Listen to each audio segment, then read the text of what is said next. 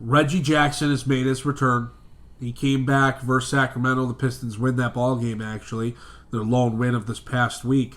And you got to figure out, well, what do you do with Reggie Jackson now? Where do you play him? How much do you play him? We talked about Aaron last week. You were like, there's a minute, maybe a 20-minute restriction max. So you play Reggie. Do you start him? Do you bring him off the bench? So Detroit's got to figure out now, hey, how do they want to utilize Reggie Jackson? And how much do we think that that's going to interfere with maybe some of these young guys like a Jordan Bone and a Lewis King and Kyrie when he gets healthy, Kyrie Thomas? How much does that affect them getting playing time for this middle-of-the-road to bottoming out Detroit Pistons?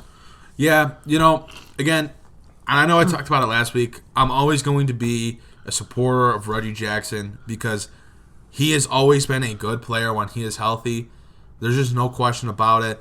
Every stat shows the Pistons have been a better team when he's on the floor. I'm not going to go into that same spiel that I went into last week, but it's tough because part of me wants to see him on the court because, again, a good player.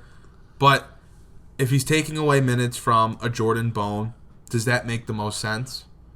It really probably doesn't for some of the reasons that we just talked about in the last topic. They need to be developing their young guys for next year.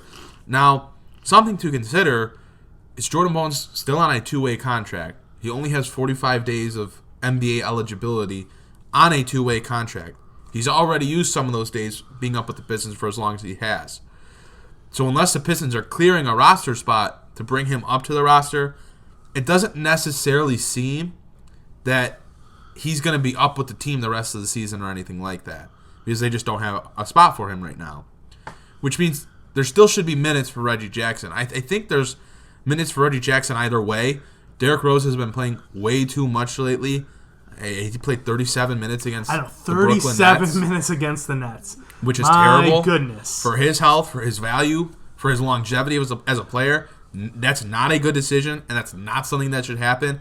I know the Pistons went with a precautionary rest for Reggie Jackson, not playing him on the second night of a back-to-back, which is something I'm totally okay with.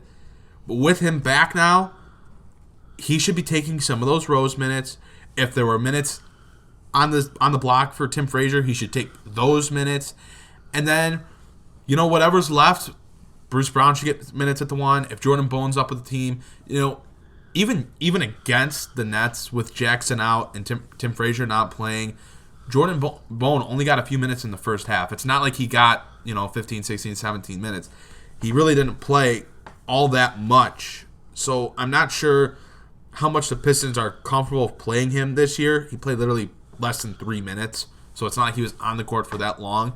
I really think the Pistons would like to keep him in the G League as much as possible this season and let him develop down there like other teams have done, specifically the Charlotte Hornets with Devontae Graham. We've seen how that has worked out for them. I think that's kind of the model the Pistons are looking at. Give him a lot of minutes down in the G League on a high usage where he gets to be the vocal point of the team now that Seku's not down there anymore, and let him develop that way. So for the time being, for the rest of his contract with the Pistons, I do think there's a role for Reggie Jackson. He came back against the Kings and looked really healthy, looked really good, had 22 points off the bench in 19 minutes. Had four assists, 3 rebounds, 2 steals. I mean, he looked really good, shot the ball very efficiently, didn't have a great performance against the Grizzlies efficiency-wise, didn't shoot very well from the field, but he just brings something to this team that they don't have enough of, which is guys that can score the basketball and do so while creating their own shot. I think Derrick Rose is really the only Piston right now that has shown he can do that consistently. Having Jackson back in the fold certainly will help in that regard. Again, not that the Pistons should be trying to win or anything, but just in terms of having a guy that can create not only for himself but for others is going to help open up looks for those other players like a Mihailuk, like a Doumbouya, like a King. But I think managing Jackson is a slippery slope. I still think he should be around 20 minutes per night, but it was good to see him back out on the court, showed that he can definitely still play, and I just want to see him succeed, honestly. I've got a question for you, and I know it was really more so based because of the injury report or more so the sickness report, but how do you feel about the Rose-Jackson backcourt?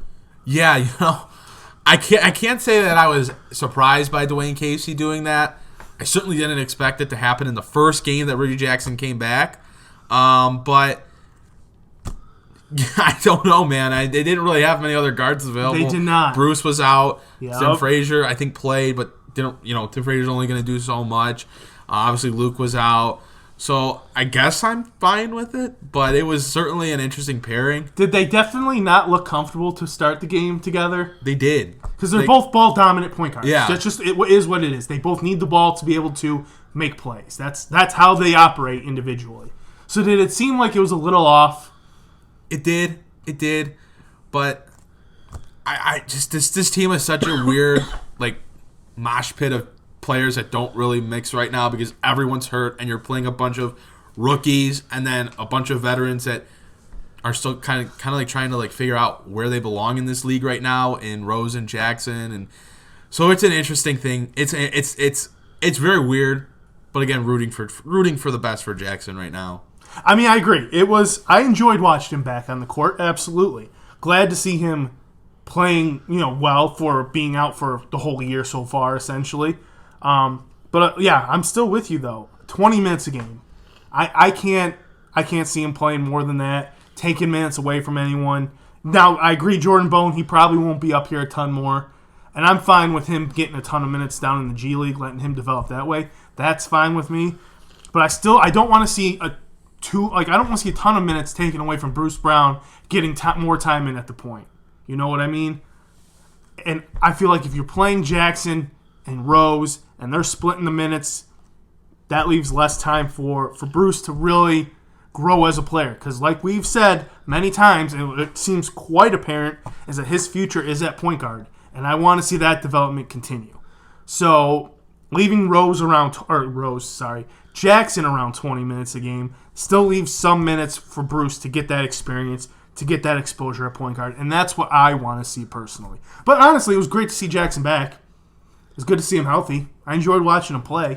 It was really enjoyable to watch him play for Sacramento and play well. But he's not the future, so it's not like it gets me all juiced up or anything. I feel that. So, I mean, I don't know. I know a lot of people were super hyped up, super happy, overly excited for Jackson, and it was nice to see. I was happy about it, but he's not the future, so my vision is future-focused with this team. Uh-huh. And if he's not part of the future, yeah, it's nice to see, but it doesn't really get me going.